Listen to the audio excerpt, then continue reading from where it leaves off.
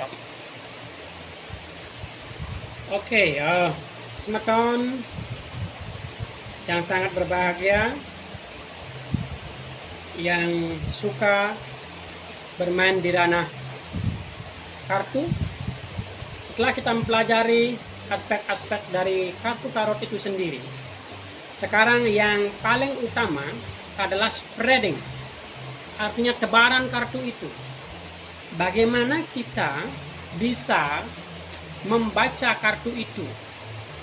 Jadi bacaan kita atas olah intuisi dan pakem yang ada mampu memberikan jawaban-jawaban terhadap pertanyaan yang disampaikan oleh klien kita, oleh si penanya itu. Ya?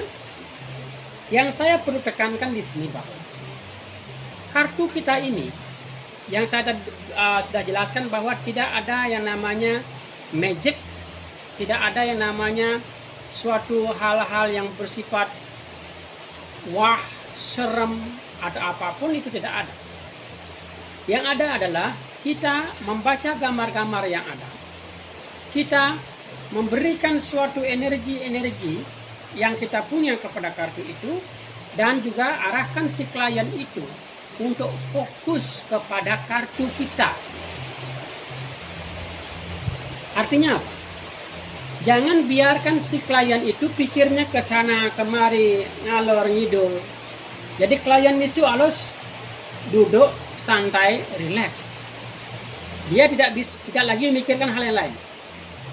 Dia tidak mikirkan pekerjaannya, tidak mikirkan hutang piutangnya. Jadi dia fokus memikirkan tentang kartu dan mempertanyakan kartu itu. Jadi seolah-olah kartu ini adalah alive, dia hidup. Itu, ya. Jadi fokusnya adalah memberikan fokus rileks pada diri kita dan transfer energi kita kepada kartu. Saya sebagai reader, sebagai pembaca kartu juga harus lebih memberikan fokus kepada kartu saya. Bahwa saya bilang bahwa apapun itu punya energi. Kartu juga punya energi. Makanya kita bisa bermain di ranah pembacaan itu sesuai dengan pakem dan intuisi kita yang mengalir kepada kartu, dan kartu akan memberikan suatu pola-pola gambar-gambar yang akan kita bacakan. Dan ingat, klien harus relax, fokus. Ya? Dan kita shuffle. Reader harus menanyakan klien namanya siapa. Minimal lah namanya. Ya? Namanya atau tinggal di mana, atau bisa juga tanggal lahir. Jadi bagi saya namanya itu sangat penting. Karena dia sudah berada di hadapan kita. Cukup namanya saja. Dan memberikan dia pengertian bahwa kartu itu adalah rambu-rambu. Bukan hal-hal mutlak yang terjadi. Biar dia merasakan suatu kenyamanan dalam mengambil kartu itu. Shuffle. Kocoklah kartu itu. Reader mengocoknya, memberikan energi.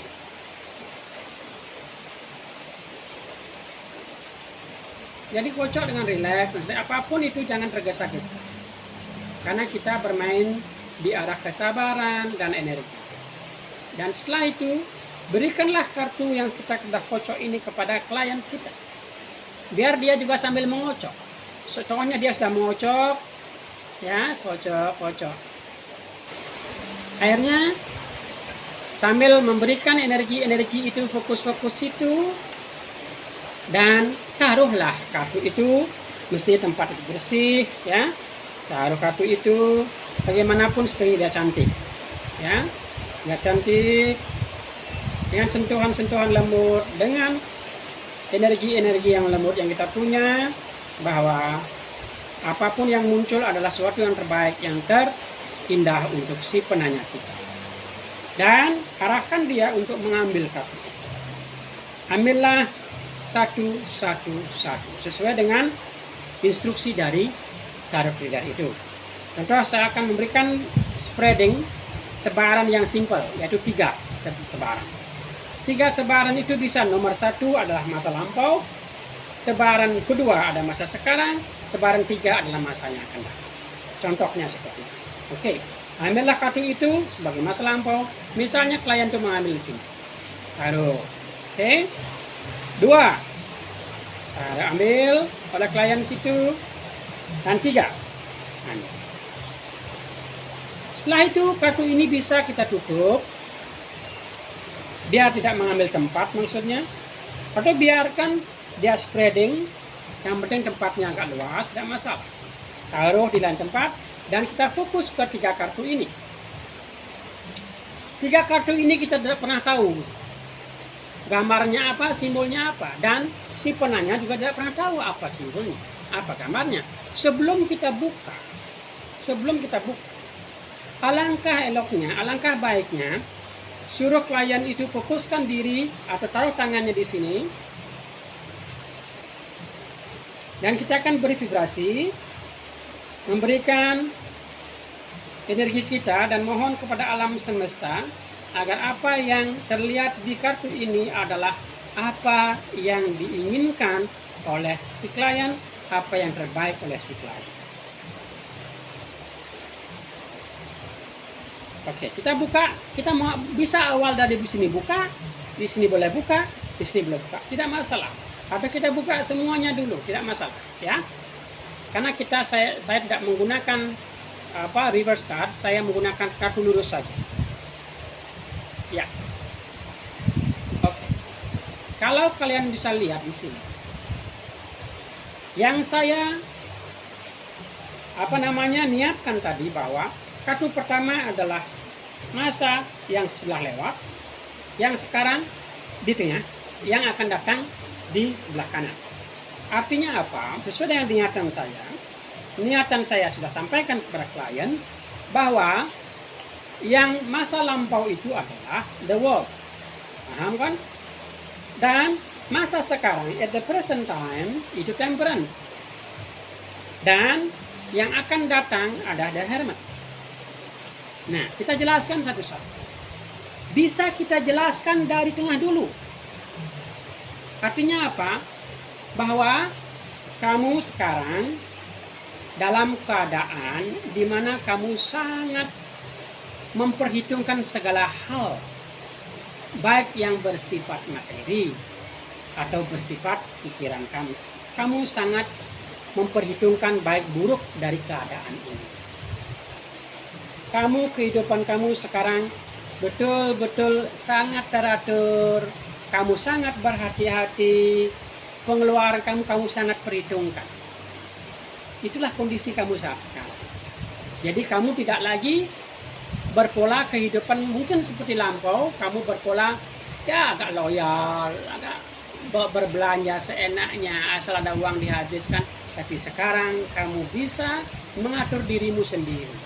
Kamu bisa berbuat lebih ramping, lebih efisien, lebih untuk bersifat sederhana. Itulah keadaanmu sekarang. Okay? Namun apapun keadaanmu sekarang itu mungkin pembelajaran dari masa lampau kamu. Di mana masa lampau kamu adalah the world. Di mana kemarin-kemarin kamu sudah mempelajari tentang hal positif, negatif, kebaikan, keburukan, kejahatan, kebaikan dalam kehidupan itu. Kamu sangat memahami itu.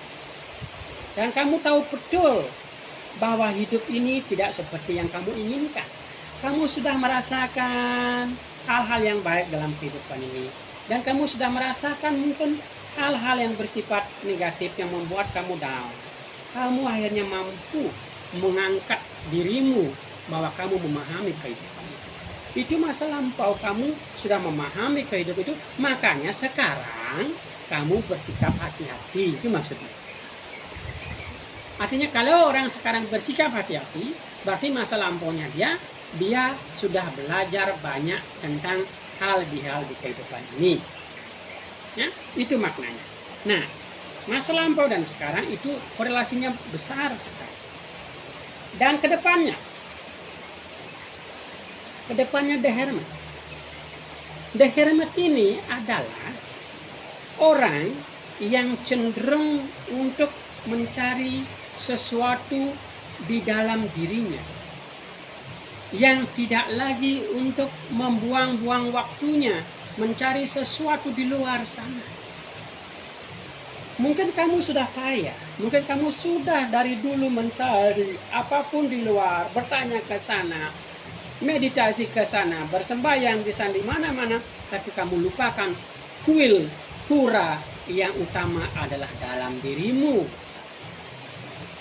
Makanya ke depannya kamu disarankan untuk mencari kuil, gereja, pura yang terindah yang Tuhan ciptakan, yaitu dirimu. Pura yang terindah adalah bukan pura yang tinggi megah di atas gunung, tapi pura yang terindah adalah dirimu. Karena Tuhan menciptakan dirimu adalah sebagai pura yang terindah untuk tempatnya berstana. Artinya, kedepannya kamu disarankan untuk lebih fokus mencari jati diri jauh ke lubuk hati yang paling dalam. Menanyakan hati kecilmu, mendengarkan jeritan hatimu. Siapa saya? Apa yang harus saya lakukan? Apa faedahnya saya melakukan ini? Itulah maknanya. Karena kamu sudah berangkat dari pengalaman-pengalaman selampau yang membuat kamu memahami, yang membuat kamu sekarang menjadi seseorang yang sangat sederhana, dan ke depannya kamu mungkin lebih sederhana dilihat oleh orang, tapi kamu lebih bijaksana kalau dilihat oleh hati. Dan saya yakin kamu akan mendapatkan jati dirimu kalau kamu mampu mencari pertanyaan-pertanyaan itu masuk ke lubuk hati yang paling dalam, ke redaya. Tanyakan getaran hati. Tanyakan, di manakah Tuhanmu? Tuhanmu tidak kemana-mana. Tuhanmu ada di setiap sel-sel kehidupan. Dan yakin, percaya bahwa Tuhan akan menuntunmu dengan lampu-lampu kecil yang kamu bawa sejak lahir. Pergunakan itu untuk menuntun langkahmu, untuk mengisi kehidupan ini menjadi hidup lebih terang, dan lebih terang lagi. Jadi, saudaraku, itulah tebaran yang sangat simpel, tapi kita bisa bercerita banyak hal. Kita harus mampu memahami si klien itu, dan kita mampu memberikan intuisi-intuisi kepada si kartu itu. Ya, kita harus arahkan kalian itu agar lebih seimbang dalam hidupnya dan lebih yakin tentang kehidupannya. Baiklah, saudaraku, itulah tebaran yang sangat simpel. Tebaran 3, bisa tebaran 6, bisa tebaran 8, bisa tebaran 10, atau Celtic Cross. Yang dimana Celtic Cross adalah tebaran standar yang dikuasai oleh seluruh tarot reader di seantero dunia. Semoga apa yang saya tebar simpel ini memberikan faedah dan manfaat bagi saudara-saudara. Terima kasih.